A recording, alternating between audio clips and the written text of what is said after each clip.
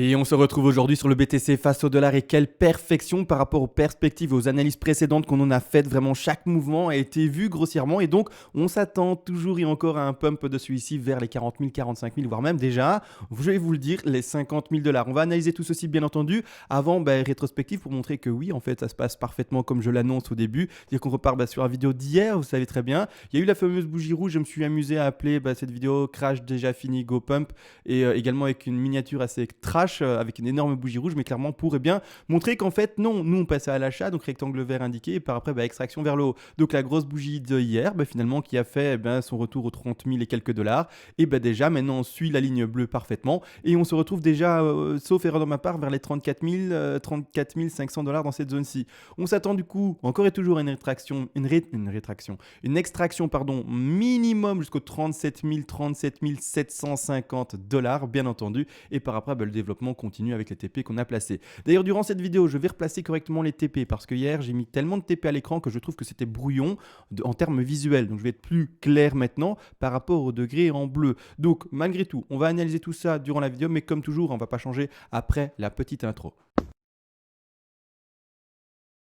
Et c'est parti, on se retrouve enfin sur ce fameux BTC face au dollar qui n'arrête pas de pumper depuis maintenant plusieurs mois. On va l'analyser, mais juste avant, vous le savez, je remercie les personnes qui font des donations et certains me disent pourquoi est-ce que les personnes font des donations à la chaîne? Tout simplement pour récompenser tout ce temps partagé, cette pédagogie partagée. C'est vraiment très chronophage de faire ça de manière journalière, il faut en avoir conscience.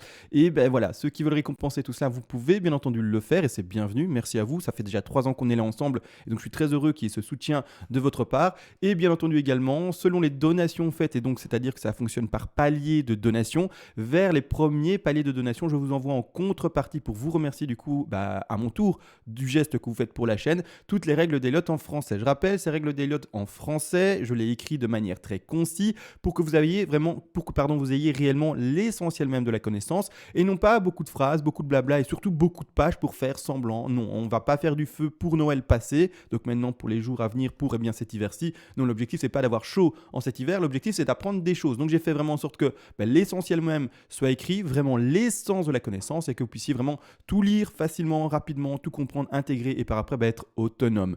Maintenant que tout ça a été dit, explication, donation, intro faite, c'est parti, on repart enfin dans le vif du sujet. C'est-à-dire que je vais agrandir mon écran et pour le moment, c'est nickel. Pour le moment, si le plan continue à se développer de cette manière-là, c'est parfait. Je précise tout de même, je vais faire durant cette vidéo-ci le suivi entre guillemets du dernier trade, c'est-à-dire qui a été montré dans la vidéo précédente. D'accord? Donc c'est-à-dire achat aux alentours des 30 000 dollars. Malheureusement, j'ai fait l'enregistrement après la correction, c'est-à-dire la projection haussière ici. Bon, pas du tout en fait, je m'exprime mal. Malheureusement, la vidéo a été faite quand on a déjà eu une petite bougie verte. C'était au moment où j'enregistrais une vidéo en privé, j'ai pas eu le temps de faire ma vidéo BTC. Autrement, la zone d'achat aurait toujours été en vert. Donc je ne sais pas si vous étiez déjà autonome et que vous avez appris assez de choses que pour le faire et acheter les 30 500 dollars, ou si au contraire vous étiez encore néophyte et vous étiez peut-être pas rentré dans ce trade. Je ne sais pas. Malgré tout, je pars du principe qu'il y a des gens qui sont quand même un peu avancés, qui ont le même développement que moi et qui ont du coup acheté ces 30 500 dollars. Donc maintenant, en partant de ce principe-là, c'est à vous que je parle. Ceux qui sont un peu avancés, qui font pas bêtement du copy trading, ceux qui vraiment arrivent à déjà construire un plan, ceux qui vraiment arrivent à faire des choses par eux-mêmes, ceux qui du coup n'attendent pas forcément mes vidéos pour avancer et faire des choses. Vous, d'accord? Ouverture de trade dans cette zone-ci en vert. On rappelle pourquoi, et ça c'est très simple. Donc d'ailleurs, je vais mettre les blanches en retrait. On va pas en parler aujourd'hui des blanches, d'accord? Vraiment, j'en parlerai peut-être dans la journée, c'est-à-dire en fin d'après-midi ou des choses comme ça, mais en cette matinée, on n'en parle pas. On parle que des sous-vagues, comme ça c'est clair, net, précis pour ce petit degré-là. Je rappelle, c'est un degré qui se travaille en horaire, donc c'est vraiment un tout petit degré, bien entendu. Ouverture de trade, je le rappelle, dans la zone des 50, 61,8% de Fibonacci. Là-dessus, rien de compliqué, c'est-à-dire qu'on a légèrement dépassé ces 61,8.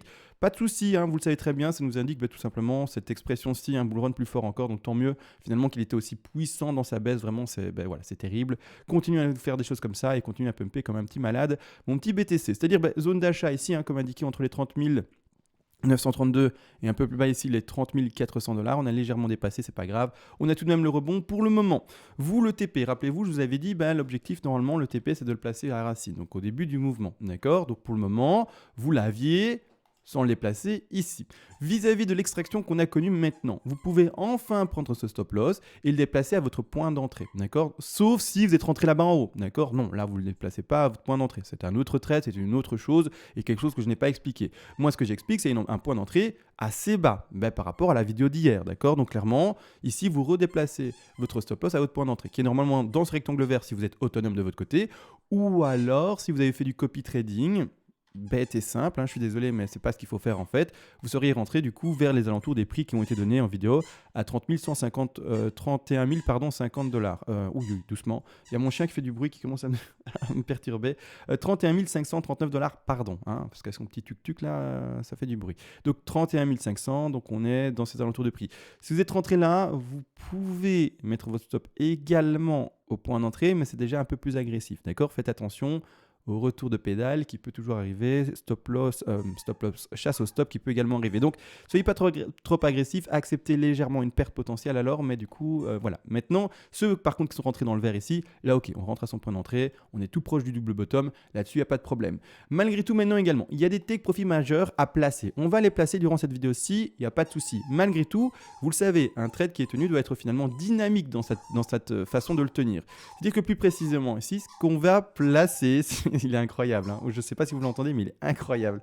C'est-à-dire qu'actuellement, tout simplement, on va prendre un take profit partiel de sécurité. Le TP de sécu, c'est quoi? Je le rappelle, c'est celui qui va vous permettre de couvrir vos frais si vous êtes en levier et que c'est à votre tour, par exemple, de payer des frais. C'est celui également qui, si jamais le cours, au lieu de pumper, parce que, comme je dis, j'ai pas la boule de cristal. Donc là, j'explique une méthodologie de trading pour pouvoir bien s'en tenir à quelque chose de correct et se retrouver, en tout cas, avec le moins de pertes potentielles.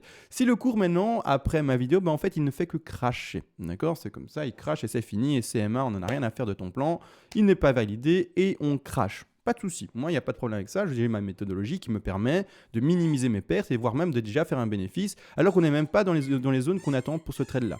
C'est-à-dire qu'on va prendre un take profit partiel de sécurité. Vous l'aurez peut-être pris. C'est à vous de voir selon tout simplement ce top-ci. Donc ici, c'est à vous, hein. Encore une fois, autonomie, s'il vous plaît. Si vraiment vous attendez mes vidéos pour faire les choses, parce que parfois je donne pas toutes les indications, c'est dommage, d'accord? Donc ici, TP de sécu à prendre, d'office, normalement à la cassure et bien la résistance précédente, voire même maintenant. C'est pas grave, si vous avez attendu, si vous n'avez pas fait, prenez un TP de sécu de toute manière. C'est-à-dire un petit TP, ça correspond à quelque chose du genre 10-15% grand maximum, même peut-être moins.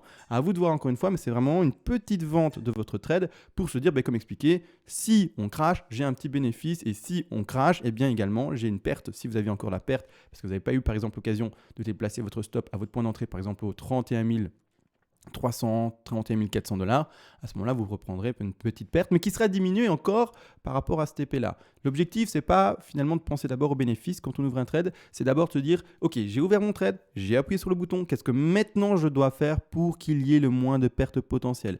Une fois que vous avez fait tout ce qu'il y avait en votre possibilité, en vos moyens pour diminuer cette perte potentielle, voire même l'annuler complètement, après, ok, on peut se dire, ouais, super, maintenant je suis sauf, je ne vais plus suer, ok, je vais regarder maintenant les bénéfices sont engrangés et là je suis déjà plus calme. Et là, je prends mon TP, mon stop loss qui devient du coup un stop profit et je le déplace petit à petit sous chaque niveau de support. Là, pas de souci, on n'est pas encore à cette étape-là.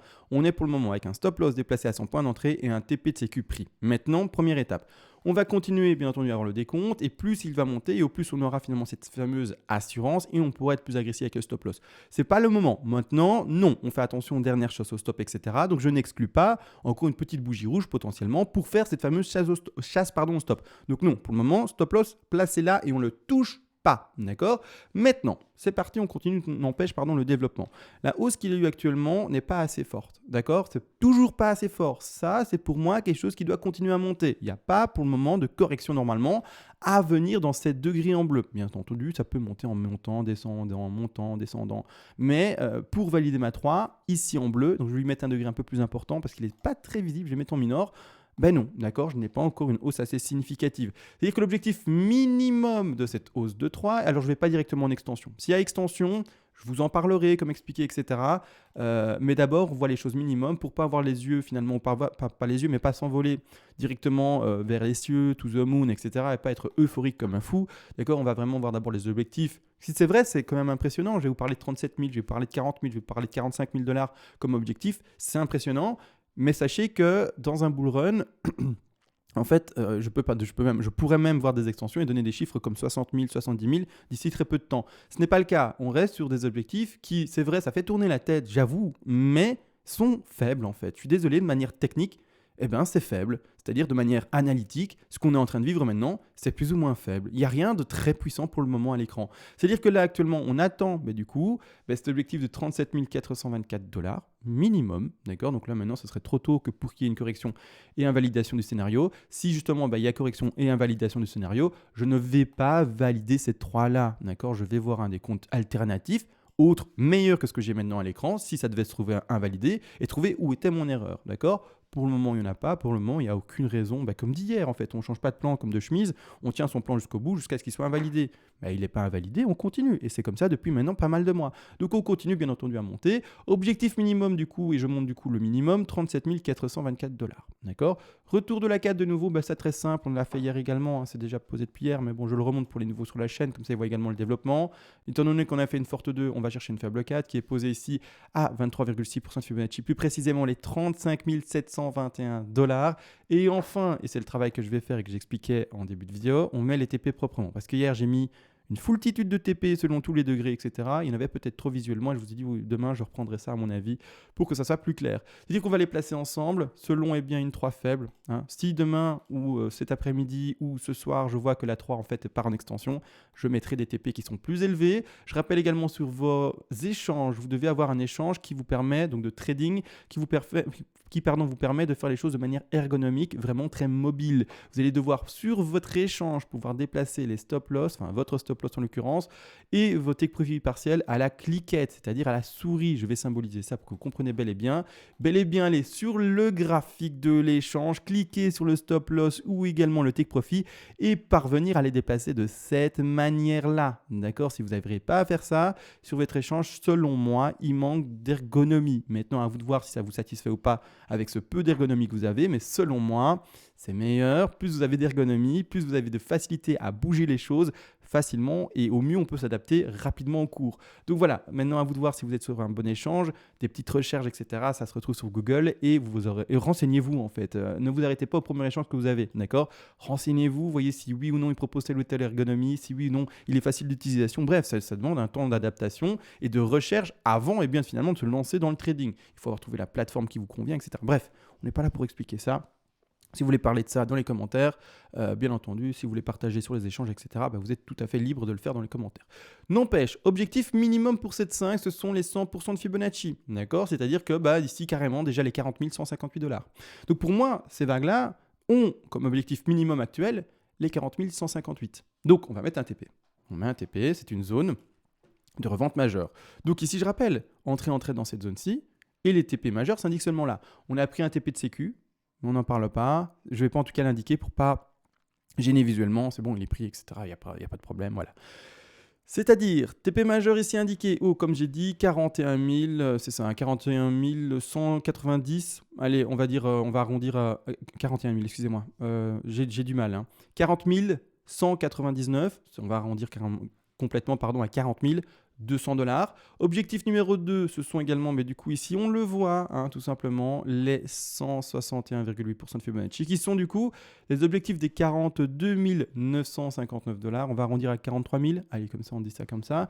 43 000. Et pour terminer, le troisième objectif aussi pour celui-ci sont déjà tout de même les 261,8% de Fibonacci qui sont plus précisément du coup un TP majeur numéro 3 à placer à 47 459 dollars. Donc oui, le BTC a tout son potentiel pour monter dans tous ces objectifs-ci, pumper très fortement jusqu'à 47 000, presque 50 000 dollars. Ce n'est qu'en plus de cela une toute petite vague qui est elle-même le sous-décompte d'autres vagues encore plus grandes que je vous montrerai plus tard, qu'aujourd'hui on ne va pas développer parce qu'il y aura sinon trop de choses à l'écran et j'ai pas envie de perdre tout le monde. Vraiment, ici on a des vagues beaucoup plus grandes. Enfin bref, je ne vais pas en parler maintenant.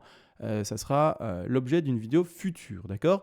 Malgré tout, ici, il faut comprendre également une chose et je vous le rappelle pour toutes les personnes, quand vous ouvrez votre trade et que vous passez à la vente petit à petit selon les TP, etc., même en arrivant, si le trade se passe super bien et que le cours évolue de manière vraiment fantastique et qui prend le TP1, le TP2, le TP3, et qui continue à pumper, on n'aura, je rappelle, jamais clôturé son trade à 100% dans la dernière position. C'est-à-dire que vous aurez par exemple pris votre TP de sécu, je rappelle, 10-15%.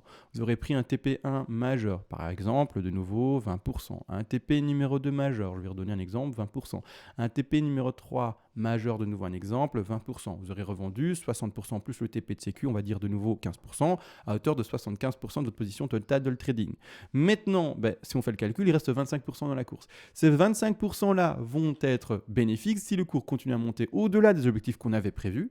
Et à ce moment-là, c'est le rôle du stop profit, qui était en dessous de son point d'entrée un stop loss, mais quand il est rentré au-delà de son point d'entrée, devient un stop profit. Il n'arrête plus la limite de perte, en fait, il n'arrête plus la perte, stop loss, il arrête du coup le profit, d'accord, c'est comme ça.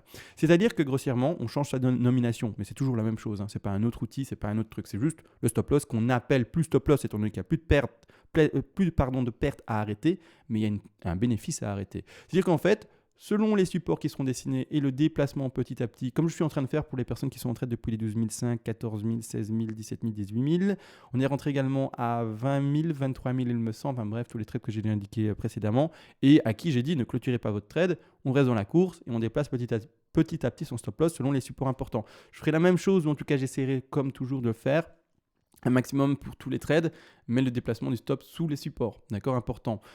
Pour le moment, non, hein, il est trop tôt, on n'est pas là-bas en haut, donc on laisse son stop là en dessous. Il sera opportun de le déplacer plus tard. Plus tard, je dirais quand, normalement, etc. Le suivi du trade, comme je le fais pour beaucoup de trades. Maintenant, tout a été vu, dit, etc.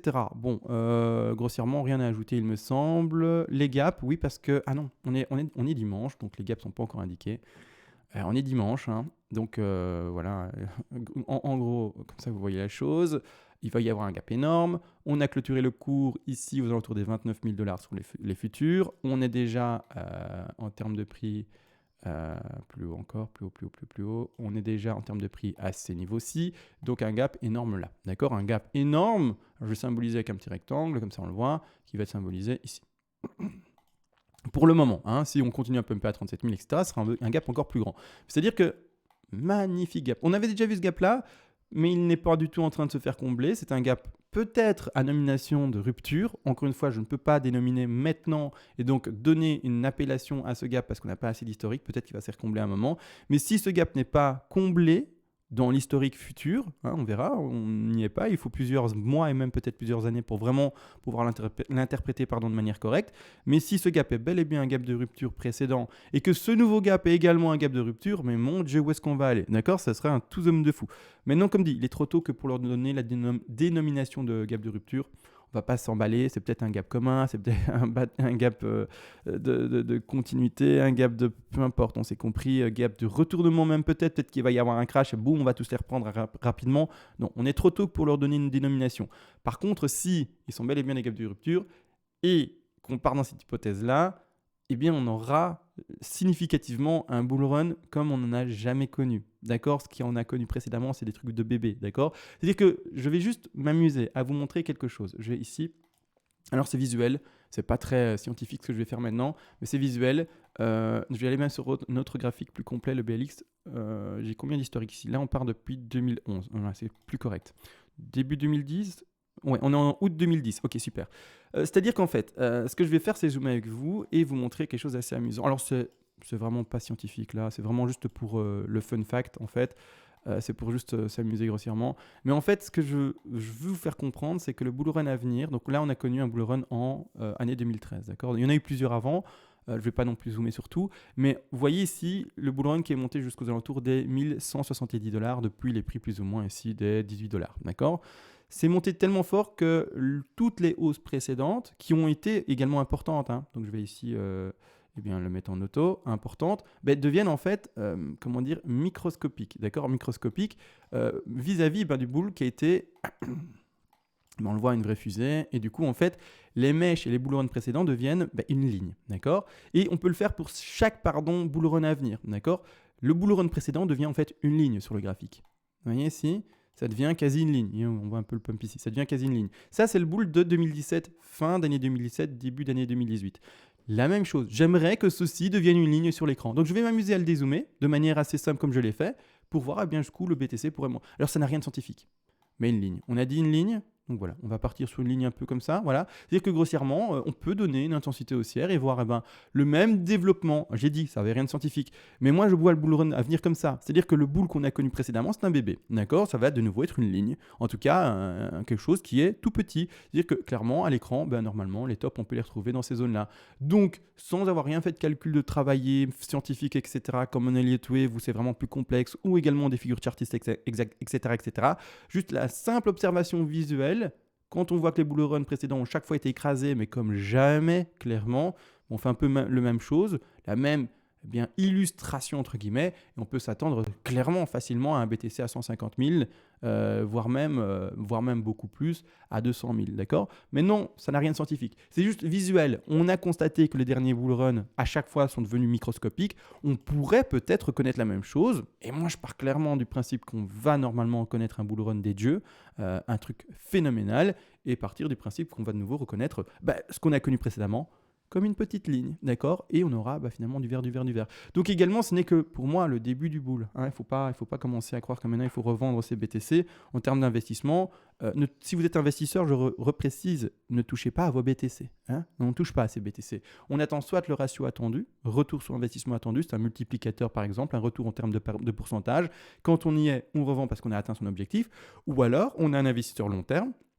Et là, c'est plus en termes de ratio, entre guillemets, c'est en termes de temps. Je fais confiance en la technologie. Je fais confiance, par exemple, à l'époque, aux nouvelles plateformes Internet, etc. C'est-à-dire, je fais confiance à Amazon, la fameuse bibliothèque. Au début, personne n'y croyait. Maintenant, Amazon, c'est quoi? C'est le plus gros, ou en tout cas, un des plus gros. C'est la même chose. Ici, le Bitcoin, le BTC, à vous de voir. C'est pour du long terme. Vous dites, oui, le BTC, personne n'y croit, etc. Moi, j'y crois avec un petit peu de monde ici sur YouTube, en tout cas certaines personnes.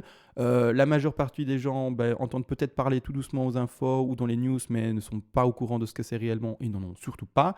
C'est-à-dire que moi, je crois en cette technologie, je vais le revendre uniquement dans 20-25 ans, dans un terme long, quand en tout cas la sauce aura pris et que tout le monde en parlera ou que tout le monde en aura dans son portefeuille. C'est-à-dire que là maintenant, au début, on est au début, je ne vous cache pas qu'on est vraiment des early adopteurs. On est vraiment au tout début de l'adoption de cette affaire-là. Donc, c'est-à-dire que vous allez attendre plusieurs cycles bull run, plusieurs crashs, etc., sans jamais vendre ni racheter ici sûrement, il n'y avait pas de problème, mais sans jamais vendre. Vous ne touchez pas.